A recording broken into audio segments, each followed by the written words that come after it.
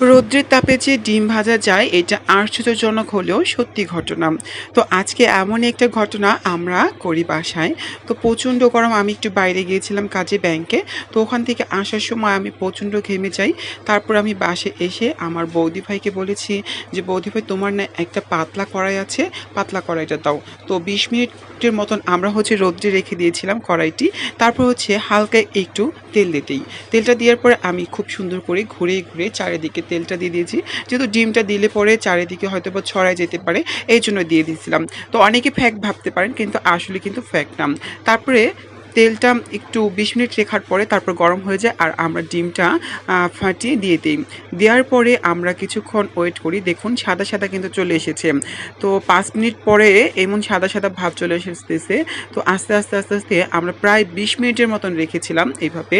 তো রাখার পরেই দেখুন কতটা সাদা হয়ে গিয়েছে। আর আমি হাত দিয়ে নাড়াই দিতেছিলাম যে সাইড দিয়ে একটু যদি বের হয় ডিমের সাদা অংশটা, তাহলে তাড়াতাড়ি হয়ে যেতে পারে। তারপরে দেখুন আরও কিছুক্ষণ পরে আরও খুব সুন্দর হয়ে গেছে, শুধু মাঝখানেরটুক কিন্তু বাকি আছে। তো আমি এটা আশ্চর্যজনক হয়ে গেছিলাম। আমি দৌড়ে চলে যেতেছিলাম আর দূর থেকে যেয়ে কিছুক্ষণ পর দেখে আসি। তো এখনও কিন্তু রয়ে গিয়েছে। তো আর কিছুক্ষণ পরে দেখব যে এটা কেমন হয়। তো আপনারা যারা নাকি বাইরে আছেন তারা কিন্তু প্রচুর পরিমাণে তরল জাতীয় খাবার এবং জল খাবেন।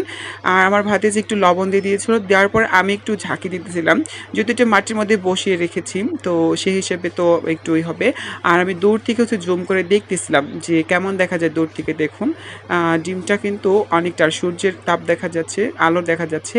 আর ছেনি এনে খুব সুন্দর করে আমরা একটু উল্টে দেওয়ার চিন্তা ভাবনা করতেছিলাম। আর এটা কিন্তু আমরা আগুন দেইনি কারণ আগুন দিলে কিন্তু এটা পুড়ে যেত সাইড দিয়ে, তাই না? তো এটা কিন্তু হয় নাই তো দেখুন কত সুন্দর করে আমরা উল্টিয়ে নিয়েছি।